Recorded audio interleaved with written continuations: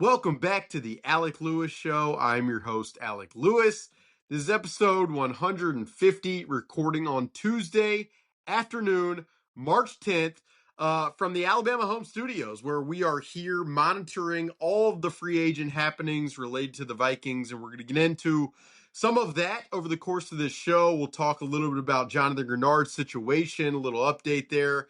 We'll get into Kyler Murray and some of the questions related to Kyler Murray.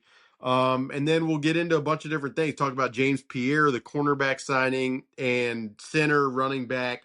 A lot of subjects you guys wanted to discuss on our early week Q&A episode that we do here on the Alec Lewis Show. Appreciate you guys being here. Looking forward to talking about all of it here on episode 150. If you're new and you're watching on YouTube, please hit that subscribe button. It helps us out a ton. We've built this thing over the course of 2 years, and it's been a blast doing it. If you're listening on Apple or Spotify or iHeart, wherever you get your podcasts, you can rate, review, give us 5 stars, follow us.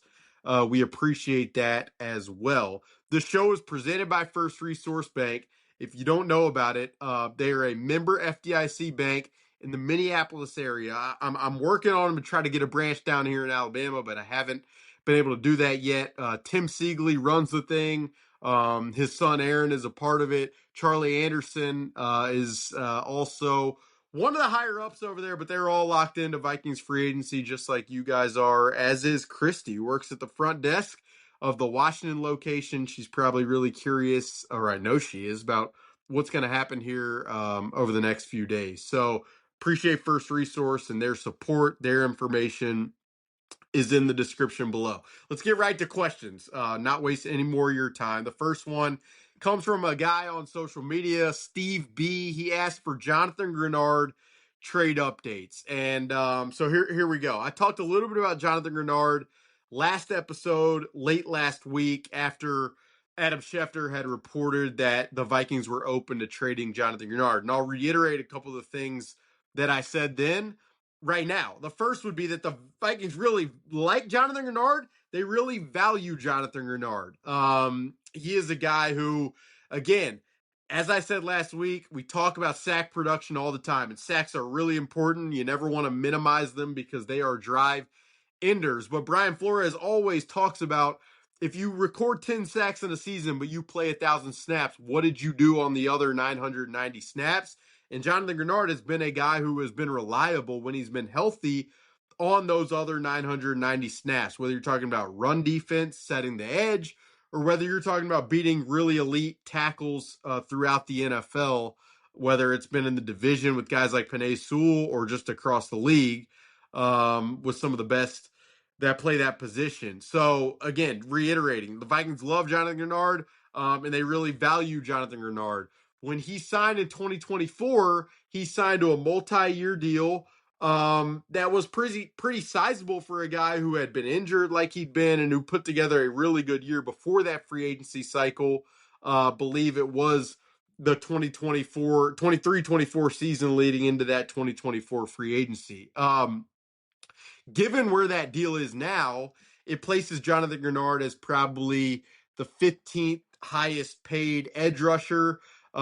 He and his agent Drew Rosenhaus, they view it serviceable, reasonable to receive an uptick and an increase from a pay perspective. The Vikings have been navigating a lot of cap situation here when you're talking about the amount of cuts that they've made, restructures to the contracts of guys like Justin Jefferson, Christian Darrisaw, Byron Murphy Jr., etc.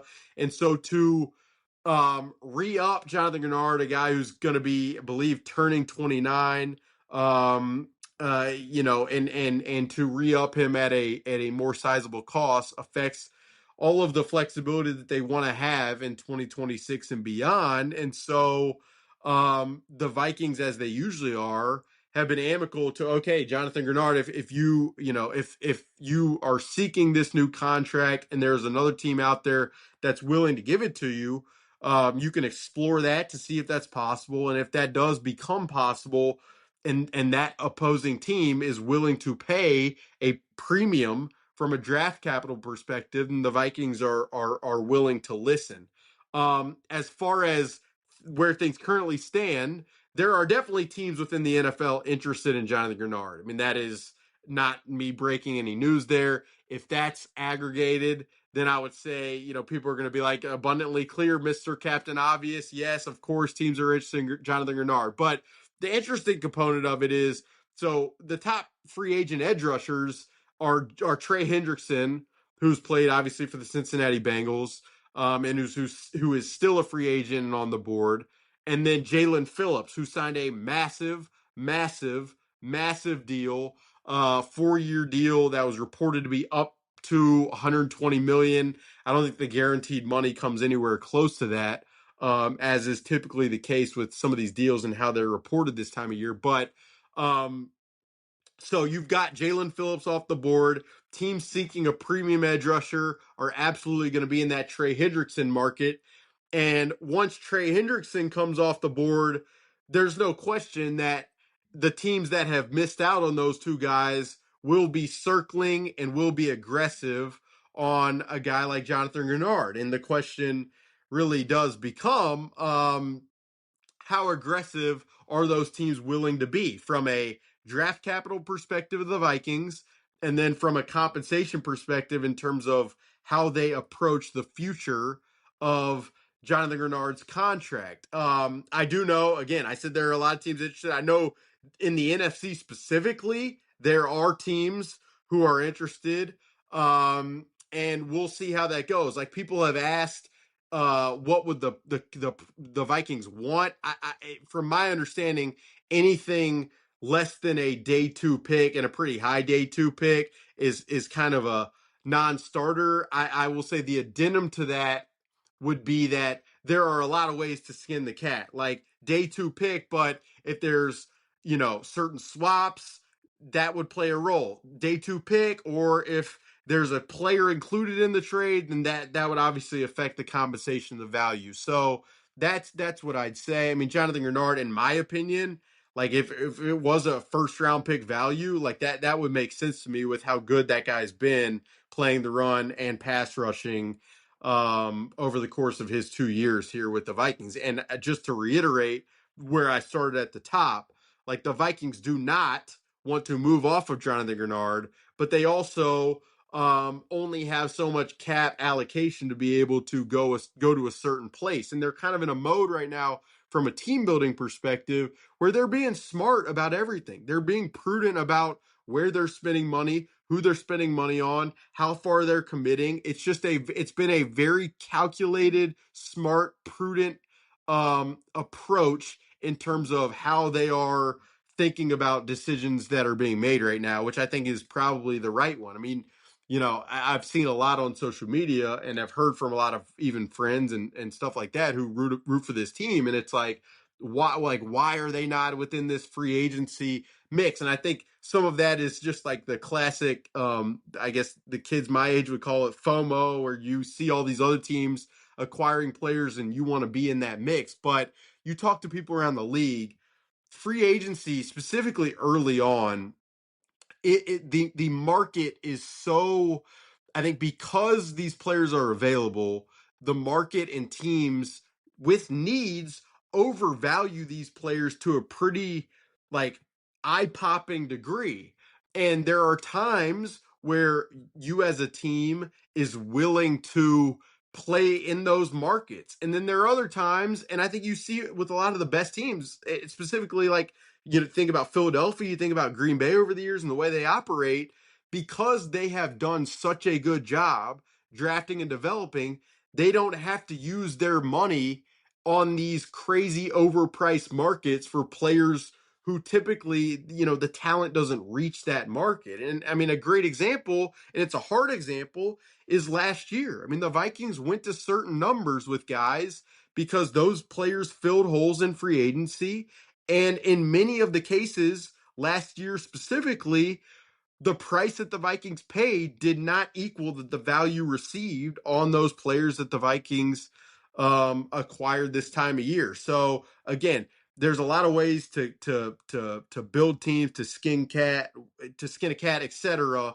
It's just become pretty clear that with this cycle specifically, this spring specifically, the Vikings are going to take a very smart and calculated approach and do things on their terms. And if that means they have to fill holes other ways, whether it is via trade or whether it is via nailing the draft, I mean, the pressure then falls on that being the correct way to go about it. But that's kind of just a little bit of a tangent from the Greenard conversation. But we'll see. Like once Trey Hendrickson comes off the board, if that happens today or tomorrow, whenever, I think like, the meme of person playing video games leans forward in the seat of their chair, that's what I would say I will be doing in terms of just monitoring and observing where things stand with Greenard at that point. Next question.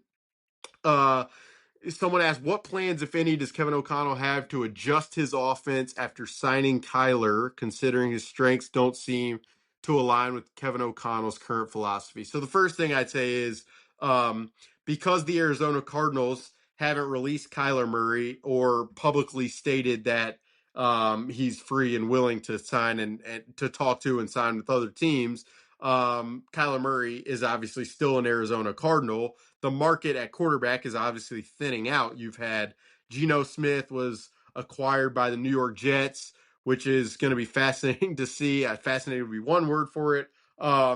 Malik Willis signed a pretty big deal with the Miami Dolphins. Atlanta plucked Tua, who was released by Miami. So you've got teams like Vegas, they need a veteran quarterback. The Steelers still waiting to hear about Aaron Rodgers in Pittsburgh. The Arizona Cardinals, what are they going to do? And then the Vikings, of course, at quarterback. I mean, from everything I understand, and I've written this, I've said it. Like, I do think there is immense support from a lot of people internally to make the Kyler Murray thing happen in Minnesota. Now, what would that mean for JJ McCarthy? That's a topic for another day, whether it be later this week or next potentially. But yeah, I mean, the talent with Kyler Murray is undeniable. You just watch the film, and I mean, there are plays where he misses reads over the middle of the field, but because he is so dynamic, he makes up for it with his legs. There are plays on keeper boot concepts where he is incredibly talented, and then the arm talent shows up. There are corner routes on tape that he's hitting, just playmaking constantly on the film. I mean, the numbers do exist if you go looking for them on the lack of over the middle field throws and success on the downfield passing stuff. But I generally believe that Kyler is a pretty accurate thrower of the football. Maybe there are certain numbers that would prove me wrong on that, but like Pro Football Reference, they track these things in on target throws and bad throw percentage, and like Kyler's numbers hover around Kirk Cousins, who's deemed pretty accurate. And I'm going to talk about Kirk a little later on in this podcast. So, I mean, that's what I say. I just view Kyler as a pretty accurate thrower of the football. To the question in particular, I mean, I'd say if the Vikings end up signing Kyler, and if that marriage does, when it potentially does happen, I would say the Vikings, you can guarantee and be very sure, and I know this for a fact, that the Vikings will have done a ton of due diligence on this decision. And I mean a ton. And that goes for talking to former players, that goes to talking to former coaches, talking to development people, talking to friends within the league, like coaches within the industry, like all of that stuff, all of those boxes will have been checked by the time something happens. And that doesn't come with any guarantees. That doesn't mean Kyler Murray now becomes an MVP candidate. That doesn't mean everything is perfect for an entire 17-game season.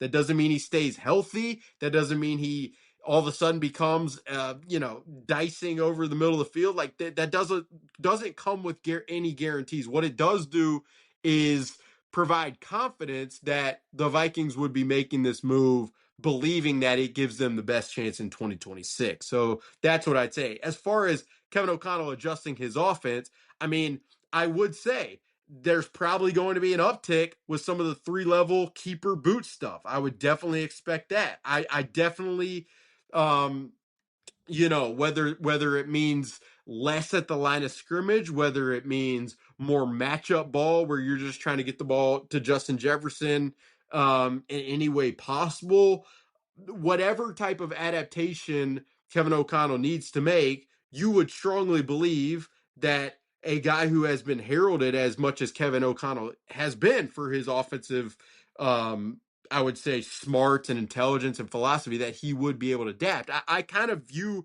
the circumstance in many ways similar to when the Vikings signed Sam Darnold 2 years ago, where a lot of the reps in spring and summer and early in fall went to Sam Darnold. Why? So much of that at the time, and Viking staff and coaches and players and agents said this at the time. So much of that was to figure out, okay, where does Sam Darnold thrive? Where is he best? What can we call? What is he like? What type of concepts is he most comfortable in? And so while there is a tape study and a conversation element to that, I do think so much of the adaptation comes from an on-field eval perspective. And I will say this, I remember sitting down with Grant Udinski, who is now the OC with Jacksonville, towards the end of the Sam Darnold season, and he's like, the iteration of this offense now is vastly different than what it was with Kirk. And so, like, some of that stuff is more visible to the naked eye than others. But I would say that I would definitely expect the Vikings to move in many ways offensively towards some of what makes Kyler comfortable, whether that's shotgun, whether that's pistol, whether that's, again, specific concepts, dagger, Hank, whatever concepts you want to throw out.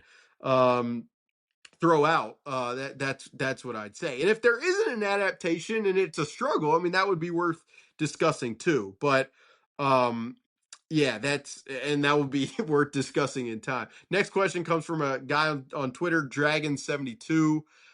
Is James Pierre just a depth piece, or is he expected to be one of the 3 starters for this cornerback group? And then he or she asks, do I see them targeting other positions in the first round now? So as far as James Pierre, I mean, I watched some of the tape yesterday after seeing the signings. I can't lie and say that other than hearing his name throughout the ether over the last few weeks and months, that I have been the most intelligent analyst, or I would have been the most intelligent analyst on James Pierre as a player. But I mean, pretty cool story. Undrafted dude in Pittsburgh, has really made a career out for himself. Believe his father passed away young when he was kind of getting into it with Pittsburgh, and struggled early on for sure in Pittsburgh, but in 2025 kind of had a breakout season. And I mean, I was talking to our Steelers writer, The Athletic, Mike DeFabo, and he's like, this dude is always around the ball. He always found the ball. Players really liked him. Coaches really liked him.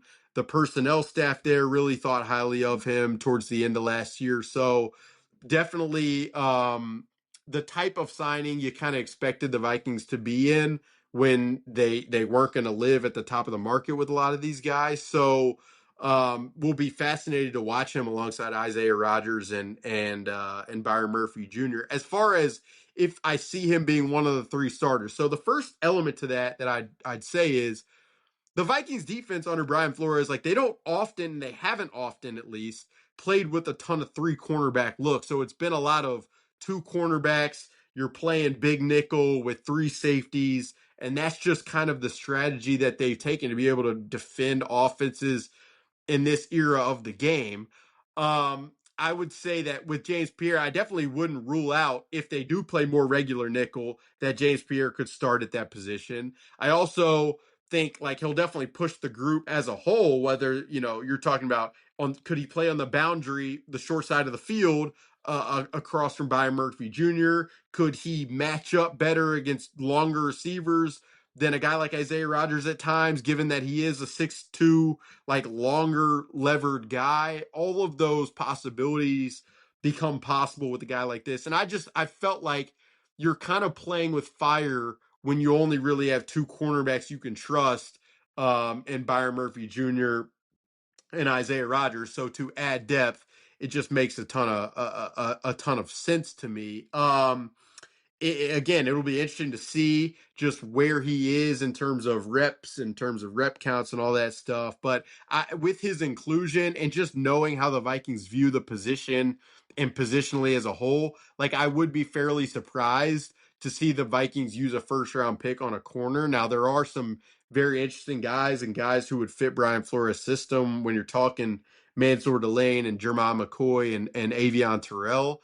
Those are three different guys from LSU, from Tennessee, and from Clemson. But when the way that they use their cornerbacks and just the amount of needs that they're going to have everywhere else, I just would be mildly surprised to see them use that just such a premium position, premium pick, excuse me, on that position. Now later in the draft, second round, third round, fifth round, sixth round, Brian Flores, since he's been here, they've taken shots at those spots in the past, whether it's Mekhi Blackmon or obviously the late Kyrie Jackson. But yeah, that would be more sensible, I think, to me. The next question comes from Andrew Grill. What is more likely at this point, signing a second or third tier running back to complement Mason, or waiting until the draft to acquire one? I mean, I definitely think you could see both of those happen. I know this. The Vikings viewed there to be a very, understandably, a very clear line of demarcation between Kenneth Walker and Travis Etienne, and then just the rest of the running back market. It's a lot of similarly styled players. I mean, they're different in terms of body type and play style. Like a Kenneth Gainwell is very different than Tyler Algier, and those two guys are different than Rico Dowdle, etc. But this is where I kind of bring it a little bit back to the earlier conversation. Like, does it make sense to spend $8 million on a C plus level running back? And $8 million is kind of close to near the top of the market for running backs, when you could, let's say, find one for much cheaper that's a similar level talented player, or a draft option where you're using a pick and paying him that way. Like I just think that's kind of, it speaks a little bit to the approach, and I just use the word again, like the prudent approach that I believe they've taken with some of these holes. The problem with drafting running backs, obviously, is, I mean, for those guys to step in day one and immediately just shine, it's pretty much a rarity unless those guys are the premium selected picks, the Bijans, the Jahmyr Gibbs. But like even last year, the Patriots select Travion Henderson, and it took him a while to kind of find his footing, and still you had Ramondre Stevenson taking a bulk load of the work. And some of that is because pass protection's an uphill battle. Some of that is because learning the system can be an uphill battle. So you are asking a lot to have a bell cow at the position be a draftable player, which is why I think I've said you could see like a combination of the two. Obviously, at the first round level, you'd have a guy like Jeremiyah Love. Is he going to get to 18? No. Is there another avenue and way possibly to get to a spot at which he become available? I mean, that would be very interesting, and I'll talk a little bit about that in a second. After Jeremiyah Love, you're talking Jadarian Price from Notre Dame, Emmett Johnson, Nick Singleton, Mike Washington. Those guys are probably the Jonah Coleman. Those guys are like the second, third, fourth roundish type guys. But again, to expect a third round pick, even if it is a guy who tested really well or produced a ton in college, to all of a sudden step in and be your bell cow running back, I mean, that is a major. I mean, you're betting a lot. That is a a low probability bet, just given all the historical component of it. It's part of the reason why last year, though the Vikings didn't have really any picks, 4 or 5 picks or whatever it ended up being, like the fact that they didn't take a running back in that very stocked class was always kind of head scratching. And I've said in the past, I do think they would have taken Taj Brooks had he gotten there late, but you kind of feel the lack of depth in a situation like this one. I've written this, I've said it. Jordan Mason, I believe, is an incredible runner. Like, I think he's a really good runner of the football, and all the advanced numbers show that. And I'm not talking about like yards per carry or yards after contact. I'm talking like tracking data, miles per hour, in terms of the way he runs from a speed perspective, his ability to force missed tackles ranks really highly. And I just think his vision is spectacular. And I know internally the Vikings believe really strongly in Jordan Mason too, but they are aware simultaneously that he's kind of he's a runner. He hasn't been that effective as a pass catcher, and he struggled mightily in 2025 in pass protection, which was part of the reason San Francisco parted ways with him in the first place. So finding capable running back talent one way or another is huge. And I might have said that, I might have had in my notes for later in the podcast, but I've argued with a lot of people in the league when we talked about and this is non-Vikings people, we've talked about the Vikings and they asked about quarterback and I bring up running back. I had someone today be like, I don't think running back is that important.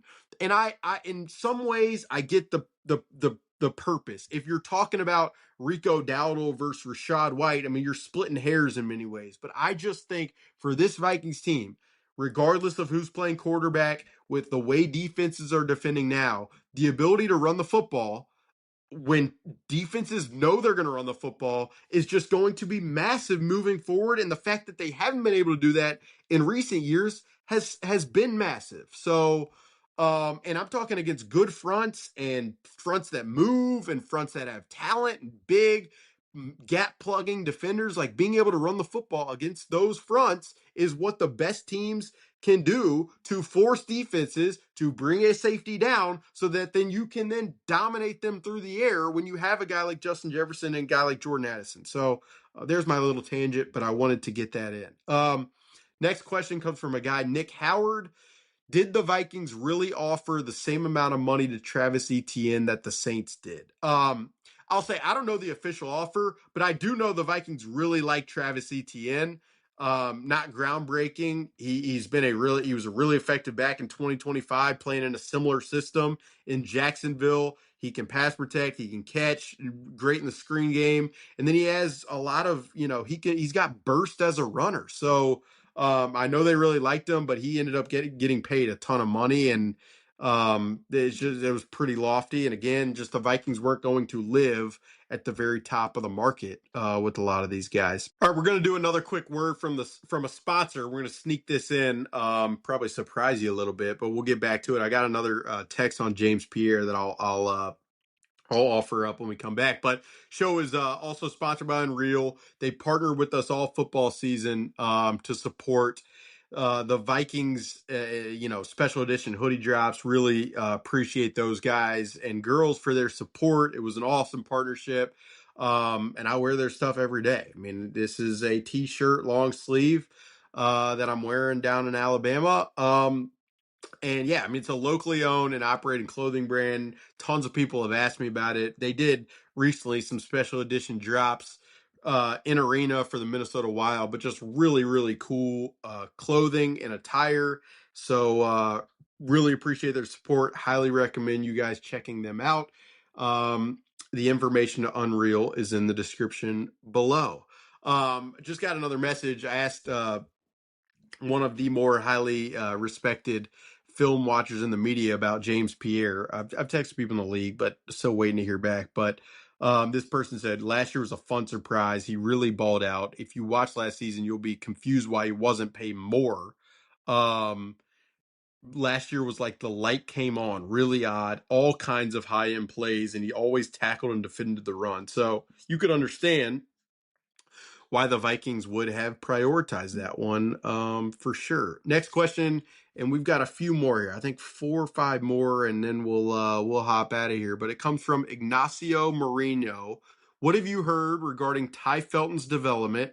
Any chance the Vikings bring back Johnny Munt? So Ty Felton, extremely athletic and dynamic. Really good after the catch because of his size, speed, and burst, to use that word twice in 2 questions. The 2 things with him that I will be watching this spring and summer, and I'm going to be watching him very closely in a lot of these spring workouts because he was a third round pick, and because he's a fascinating player, obviously with Jalen Naylor going home to the Las Vegas Raiders for a pretty good deal there. But the two things will be the drops. How consistent, in college at Maryland, he had some drops, and that those issues surfaced. So I'll be watching that for sure. And then just the in and out of break fluidity when you're running alongside Justin Jefferson and Jordan Addison. It's not really fair because those guys are like, wave runners moving on water with how beautiful it kind of can look sometimes watching them run routes. But how much improvement will we see from Ty Felton in that area? Like, those are the two kind of components that will be interesting. But again, like, if you're making a list of players I'm most excited to see in the spring and summer, he'll definitely be pretty high up there. Johnny Munt, I mean, I with how much I know Kevin O'Connell loves Johnny Munt, I wouldn't be surprised at all to see him back. He's just such a safety valve for the run and pass, and the Vikings tight ends have gotten injured over the last couple of years. So to have that insurance and reliable insurance, specifically with how they're going to want to play, I think would be pretty important. I haven't heard anything specific from the team or agent to like say that something's close or not. But yeah, that's it wouldn't surprise me at all on Johnny Munt. Ryan Erickson asks thoughts on Daniel Jeremiah's segment about trading up for Jeremiyah Love. If you were a GM, would you trade 1897 and a 2027 second to move up to 7 to draft Love? All right. There's a lot to unpack here. The first would be DJ's segment. That's Daniel Jeremiah, who is he's an incredible draft analyst at NFL Network. He's really plugged in, really connected in the league, watches the tape, and I just think he does it with humility. There doesn't seem to be a lot of ego there, which I really, really respect with Daniel Jeremiah. But his segment was, what if the Vikings traded up to 7 and they were to draft Jeremiyah Love if he was available, and it would be you'd have Kyler Murray, Jeremiyah Love, Justin Jefferson, Jordan Addison. And I watched the segment, and it's not the first time I've thought about the idea of Jeremiyah Love with the Vikings, but because I know the Vikings really like Jeremiyah Love, but just as a fan of football, it would be electric to watch and electric to cover. And I got into this mostly first and foremost because I love sports. It's evolved over time in that I love to write stories about people and inspiring stories about what they overcome. But there is still that part of me deep down that just freaking loves these games, and the fact that I get to be in it and talk to people within the league and learn more about the game. I don't ever take that stuff for granted. And so the opportunity to watch that level of explosiveness would be just a blast. I still want to watch more Jeremiyah Love tape, both to because I haven't watched a ton of it, and also because it's a blast to watch. So I will probably do that in the days to come. And again, I get the premise from Daniel Jeremiah. The couple things that I would say, first of all, would Jeremiyah Love even fall to 7? You're trying to figure out where would he go in the top 10 now that Travis Etienne signed with NOLA and Kenneth Walker signed with the Chiefs. So if those two are out, who within the top 7, if he gets to 7, what's Washington going to want? Would a team like the Vikings be willing to trade up? I doubt the Vikings would be the only team. So that would be the first question. The other one would be I'm not proud if I'm a GM, and this is more opinion than anything. I don't know if I'm in the business of trading 2 premium picks, and I'm talking in Ryan's question, it was number 18 and a 2027 second. I don't know if I'm trading 2 premium picks and a third rounder for a running back when the team has other holes. I think you could explain it away because of what he would mean for the offense, again, both in the run and pass. But I'm not sure if it's the smartest of business to be filling the running back hole in the first round by trading more capital. It's more of that would be a major luxury. But if there's another way around it, if there's other compensation, and if the Vikings ultimately took a guy like Jeremiyah Love, who you feel really convicted in, for the next 3 years, I think that's the other thing that I often think about the draft. there is a value proposition with every position you take in the draft. That is undeniable. But there is also a probability equation where when you are taking, let's say, an edge rusher in the first round, and we've seen it here locally with Dallas Turner, like you're talking years of development sometimes. And then you're talking at best, it's usually a 40% hit rate in the first round. So if you believe, and sometimes this is where overconfidence comes into play and it can lead you astray. But if you believe instead of a 40% chance, you're 75% convicted Jeremiyah Love is going to be an exceptional starter, I'd be willing to listen to that because of the importance of just having hits and young players at a valid cost. And I know people will argue that because it's not the most analytical approach and it's been proven foolish and faulty at certain times. But I will tell you this, like Bijan is the reason in many ways the Falcons have won so many of their games. And Jahmyr Gibbs without Jahmyr Gibbs, the Lions don't win as many games as they've won. But I say that and I can speak out of both sides of my mouth because they had Jahmyr Gibbs last year, but the fact that their offensive line didn't create a push, torpedoed their run game essentially entirely. So I love the segment by Daniel Jeremiah. I love the idea. I don't know if I love being in the business of parting with that many premium picks for a running back, but if there's a way to get Jeremiah Love, it's going to be hard for me to criticize that one, is what I would say. Jake Anderson, you said the team has been surprised by JJ McCarthy's struggles with the elemental side of playing quarterback. What does elemental side mean? Can you provide more examples? So I wrote at Jake that it was elemental aspects of being a face of the franchise. And what I mean by that, it's more how you handle yourself day to day on the field and off of it. The quarterback position, you know this, Jake, probably, and those listening do. Like, it requires a certain level of professionalism and maturity that has lacked at times when you talk to people internally. And again, that's not. I hope. I think some have taken that as like me being critical or not wanting JJ McCarthy to succeed, and it couldn't be further from the truth. This is a 23-year-old who cares about the right things and wants to be great. And by every interaction I have had with JJ, I have appreciated it and I have enjoyed it. And again, I think his story is a fascinating one to be able to tell. But the truth is my job, and being objective is my job, and so that's just been part of it. And I felt compelled to report it, given everything I kind of know. So that's what I'd say. And I'd say the reason I talk like that is it means a lot to me. The relationships mean a lot to me. And being respectful to somebody means a lot. It's just like that's so much of how I want to carry myself in terms of doing the job. So yeah. All right, 3 more questions and then we'll hop out of here. Who do they target at center, a free agent or a draftee? My lean there would be via the draft. I know they like a bunch of prospects at center in the draft. They have Blake Brandel and Michael Juergens, who Brandel, it's a little bit of a projection there because he doesn't play a ton, but he's smart. They trust him. They like him. And I think you're kind of weighing, can we find somebody who's seriously better than Blake Brandel, and what would that cost? I mean, like there's a guy, Luke Fortner, who is a free agent who played with the Saints, who was pretty effective with the Saints last year. What is he looking for?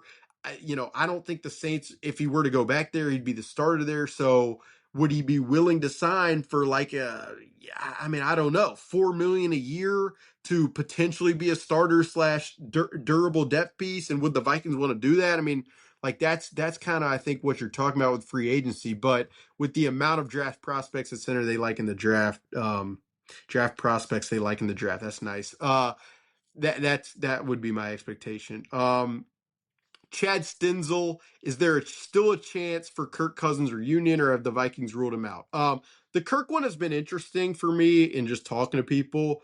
I definitely thought at the outset that there would be some level of mutual interest, and I think there has been. When I wrote my What I Heard at the Combine story when I got back from Indianapolis, I included Kirk Cousins in there as a potential option that did come up within conversation. I know these things. Kirk doesn't want to be a backup. And I wrote this, and I stand by what I wrote. Like, I don't think from everything I understand, I don't think at this point, like, he's going to force an opportunity that he doesn't see as the correct fit more than anything else. So, I mean, with Kyler, if Kyler doesn't end up being the guy, yeah, my mind would probably go to Kirk Cousins. But I would say Kirk is going to have other opportunities. I mentioned teams that need a quarterback still, whether it's Vegas, other teams need backups. And then, if those don't come to fruition, like I wouldn't be shocked if he just sits kind of on the sidelines. Maybe he does TV, maybe he waits to see if somebody gets hurt. Like, that wouldn't surprise me either. So, good question, Chad. And then from Jordan Johnson, is the Vikings fan base irrationally obsessed with comp picks, or is that all NFL fan bases? I'd say it's probably all segments of fan bases, but it's understandable. Like, this is repeating some of the stuff I've said. Like, the draft is an exercise in probability. First round picks have like a 40% hit rate to become starters. Sixth round picks are like penny stocks. That's just like you look at all of the historical data, that's the situation. So the more picks you have, the more probability you have of being able to hit on particular players, specifically later on. We were talking third round, fourth round, fifth round, sixth and seventh round. I mean, the reason teams like the Eagles and the Ravens and the Steelers and the 49ers are constantly acquiring comp picks is because they draft well enough that when they lose players in free agency, they don't always have to backfill them with free agents. So in some ways, finding comp picks and bringing them in is a sign of like a well-run, well-orchestrated, optimal team building type of operation. Like that's in many ways how I kind of view comp picks. And so, like, when you lose guys and then you're having to let's just take last year's Vikings for example. You lose a guy like Daniel Jones, you're in line for a comp pick, but then a guy like Eric Wilson, because of struggles with Ivan Pace and Kobe King can't stay on the team, like, you got to turn to an Eric Wilson who you didn't draft, and that cancels out like a potential comp pick. So I think some fan bases are obviously more obsessed with it than others, but I understand the obsession because I do think in some ways it can be a sign of a healthy operating team. But yeah, that'll do it for episode 150 of the Alec Lewis Show. Hope you enjoyed the show. Again, if you're on YouTube, hit the subscribe button. We appreciate that. If you're listening on Apple or Spotify or iHeart, you can rate and review and follow us, and that stuff helps us out. Please follow us on social media. I'm at Alec_Lewis. The social media for the show is at Alec Lewis Show. Presented by First Resource Bank, which has a phenomenal online banking platform that you guys should go check out. Unreal, the clothing brand, has supported us, and we've appreciated that. Hopefully no news broke while we were posting this, getting ready for it, etc. But if there is major news, we will talk to you very, very soon.